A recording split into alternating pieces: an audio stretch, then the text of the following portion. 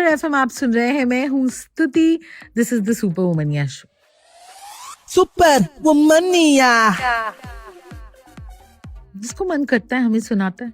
हम कहते हैं हम क्यों सुने, हम उन्हीं की सुनेंगे जो एक्सपर्ट हैं। अब आप देश के किसी भी कोने में हो सकते हैं, एयर क्वालिटी का तो बुरा हाल है, ठीक है, और इससे हमारी हेल्थ पे बहुत फर्क पड़ रहा है। तो इन्हीं बातों को मद्देनजर रखते हुए हमने तो इनवाइट कर लिया। Thank you for inviting me here, Stuti. I'm Dr. Ravi Shekhar Jha. I'm Director of Pulmonology at Fortis Hospital. And the topic that we have chosen to discuss is on air pollution. It is very, very important topic. And I'll be discussing and sharing some of the mythbuster about air pollution and what to do, what not to do about air pollution. So thank you for having me here. So excited to have Dr. Jha with us. बहुत सारे सवाल इनसे हम पूछेंगे। सुनते जाइए fever FM. मैं हूँ स्तुति आपके साथ। Jha, is there a particular age group या कोई ऐसी health group है that gets affected सबसे जल्दी due to this pollution? हमारे शहरों में this has become such a problem, such an issue. तो सबसे vulnerable group जो है वो क्या है? थैंक यू स्तुति for asking this very important and burning question कि कौन से एज ग्रुप के या कौन से हेल्थ ग्रुप के लोग हैं जिनको एयर पॉल्यूशन से सबसे ज़्यादा खतरा होता है। सबसे ज़्यादा खतरा एयर पॉल्यूशन से लॉन्ग रन और शॉर्ट टर्म में देखा गया है कि उनको होता है जिनकी एज कम है, यानी कि बच्चों को। बच्चों के लंग्स क्योंकि डेवलपिंग स्टेज में होते हैं तो उनके लंग्स में स्टार्टिंग से ही बीमारी बनने की टेंडेंसी काफ़ी ज़्यादा बढ़ जाती है अगर वो पॉल्यूटेड जोन में रहते हैं तो। दूसरा, क्योंकि बच्चों के एयरवेज छोटे होते हैं तो उनके लंग्स में अगर म्यूकस प्लग बनता है या कोई बलगम फंसता है तो बहुत ज़्यादा चांस होता है कि उनके लंग्स में कॉम्प्लिकेशन होने का।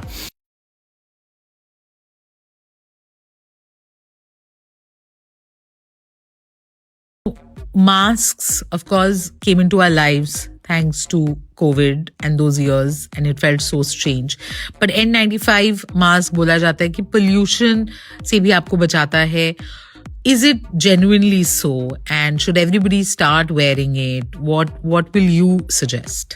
एक बहुत ही कॉमन क्वेश्चन स्तुति जो लोग अक्सर ओपीडी में पूछते हैं कि हमें कौन सा मास्क पहनना चाहिए, हमें N95 मास्क पहनना चाहिए कि हमें नॉर्मल सर्जिकल मास्क पहनना चाहिए। तो मैं आप सबको ये बताना चाहूँगा कि जो मास्क साइंटिफिकली प्रूवन है सबसे डेंजरस पॉल्यूटेंट जैसे कि PM2.5 को आपके लंग्स में जाने से रोकने के लिए वो है N95 मास्क। N95 मास्क एक ऐसा मास्क है जो इजीली अवेलेबल है, थोड़ा सा कॉस्टली पड़ता है लेकिन आपको मैक्सिमम प्रोटेक्शन N95 मास्क से ही मिलती है, जिसमें आपको सांस लेने में बहुत ज़्यादा डिफ़िकल्टी नहीं होती, लेकिन ये काफ़ी मेजॉरिटी ऑफ PM2.5 को आपके अंदर जाने से रोकता है।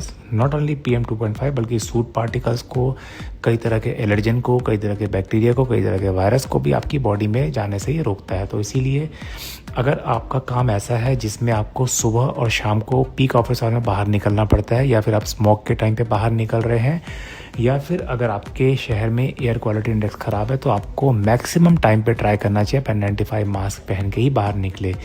इनफैक्ट अगर आपको कोई प्री एग्जिस्टिंग लंग डिजीज़ है या फिर अगर आपकी एज 65 से ज़्यादा है तो जितना मैक्सिमम टाइम आप हो सके आप मास्क पहन के ही जाएं।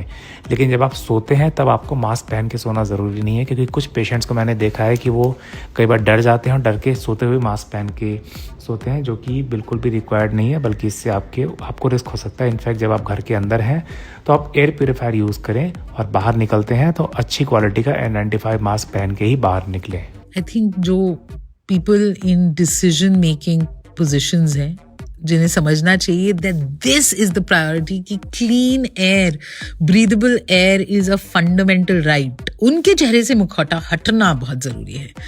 फिर इंसान मास्क पहने ना पहने, बट ये बड़ा ज़रूरी है कि लोगों को समझ में आए कि ये फंडामेंटल राइट्स हैं and we deserve clean air.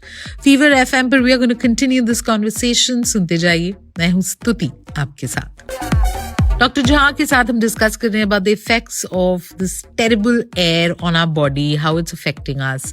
अच्छा, लंग डैमेज की अगर हम बात करें, I mean I can't believe this, हम इतनी कैजुअली ये चीज़ें बोल रहे हैं, पर हमारे शहरों में जो हवा है वो इतनी टॉक्सिक है कि ये बीमारियां होने के चांसेस इतने हाई हैं।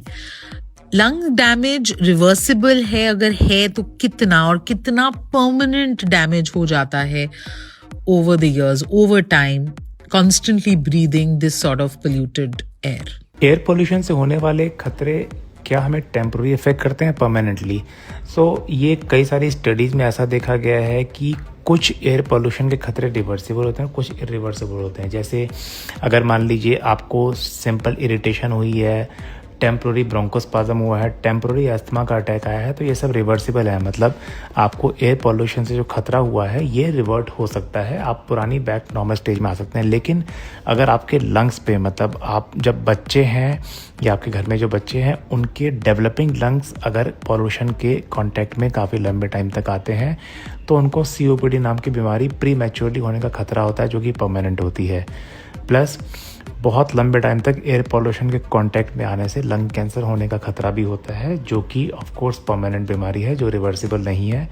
बहुत लंबे टाइम तक एयर पोल्यूशन के कांटेक्ट में आने से PM2.5 के ज़्यादा डीपर पेनिट्रेशन से इंटरस्टिशियल फाइब्रोसिस या इंटरस्टिशियल लंग डिजीज़ होने का भी खतरा होता है। तो ऑलमोस्ट 30-40% केस में आपको लंग्स पे जो प्रॉब्लम होती है वो टेम्पररी होती है, 30% के आसपास वो पार्शली रिवर्सिबल होता है, और 30% के केस में ही उसमें लॉन्ग टर्म नुकसान देखा गया है। इसीलिए चाहे शॉर्ट टर्म नुकसान हो चाहे लॉन्ग टर्म नुकसान हो, आपको नहीं पता कि आपके ऊपर एयर पोल्यूशन का इम्पैक्ट टेम्प्रोरी आएगा या परमानेंट। इसलिए पूरी तरह से अपने लंग्स को पोल्यूशन के खतरे से बचा के रखना हमारी जिम्मेदारी है। It's so scary to be discussing this and to realize कि basic चीजें एक इंसान को जिंदा रहने के लिए, right to clean air, right to clean water, मतलब ये basic चीजें हैं और आज उन्हीं के लिए हमें इतना फाइट करना पड़ रहा है। खैर, taking care of your health, ensuring what are the steps you can take to take care of yourself and your loved ones, ये जानना बहुत जरूरी है। इस पूरे हफ्ते डॉक्टर झा हमारे साथ होने वाले हैं। Thank you so much for your time, for patiently answering all the questions today, sir. I will continue this conversation कल। 2 भी बजने वाले हैं, मैं भी निकल रही हूँ। फीवर FM पर गानों का सिलसिला तो चलता ही रहेगा। But that's it from me. This is Stuti Singh. Take care till you hear from me next.